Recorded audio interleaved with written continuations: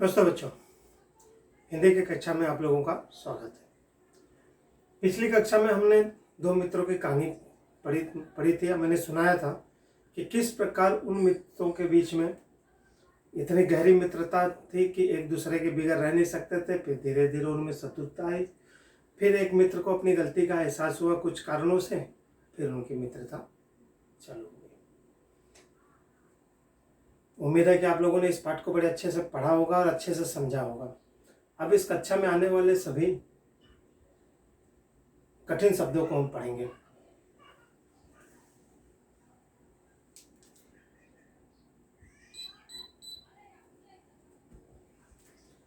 जैसे खाला मैंने बताया था, मौसी, मिल्कियत, संपत्ति,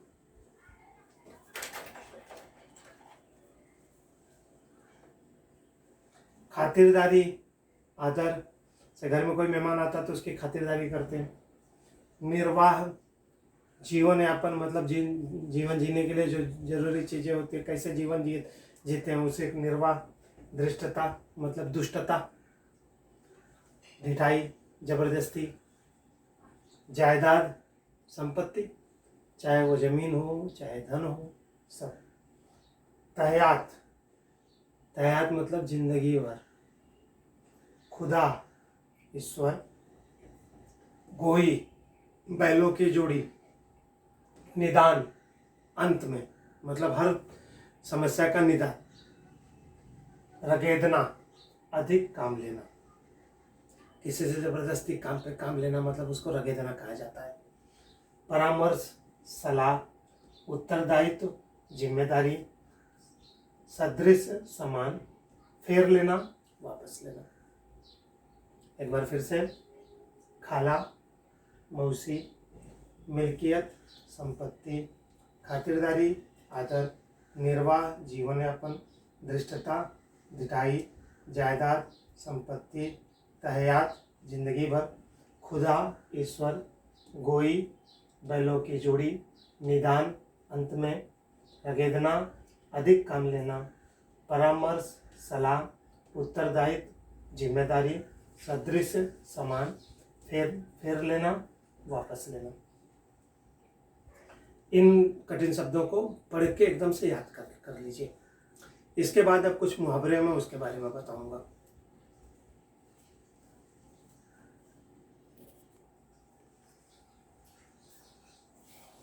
अब हम इन मुहावरों को देखेंगे। जैसे कन्नी काटना, दूर रहना। समझ, कोई हमारा मित्र, किसी से हमारी मित्रता हुई लेकिन लोगों ने बताया कि नहीं वो आदमी अच्छा नहीं है, तो हम उससे दूर भागने लगते हैं। ईमान न बेचना, झूठ न बोलना।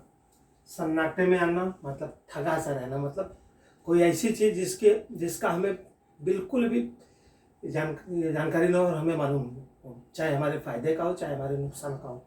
ऐसी कोई चीज़ हमें झटके मालूम पड़ती है तो हम दंग रह जाते हैं। सन्नाटे में रहना, दंग रहना भी होता है। जड़ हिलाना, डगमगा देना। मन लहराना, अत्यधिक हर्ष होना, अत्यधिक प्रसन्नता होना। दिल का मैल धुल जाना, बैर भाव मिट जाना। कन्नी काटना, दूर रहना। पंचायत के बाद जुम्मन ने अलगू चौधरी से कन्नी काट लिया। ईमान न बेचना, पंचायत में पंच चुने जाने के बाद अलगू ने अपना ईमान नहीं बेचा। सन्नाटे में आना, अलगू चौधरी के फैसले को सुनकर जुम्मन मियाँ सन्नाटे में आ गए। जड़ हिलाना, अलगू चौधरी के फैसले के बाद जुम्मन और अलगू चौधरी की मित्रता की जड़ें हिल गईं। मन लहराना, अलगू चौधरी को पंच चुने जाने से जुम्मन का मन लहराने लगा क्योंकि फैसला मेरे पक्ष में होगा। दिल का मैल धुल जाना, जुम्मन को जब अपनी जिम्मेदारी का एहसास हुआ तो उसके दिल का मैल धुल गया। इसके बाद हम स्वाध्याय के प्रश्नों पर ध्यान देंगे। किनके बीच गाढ़ी मित्रता थी?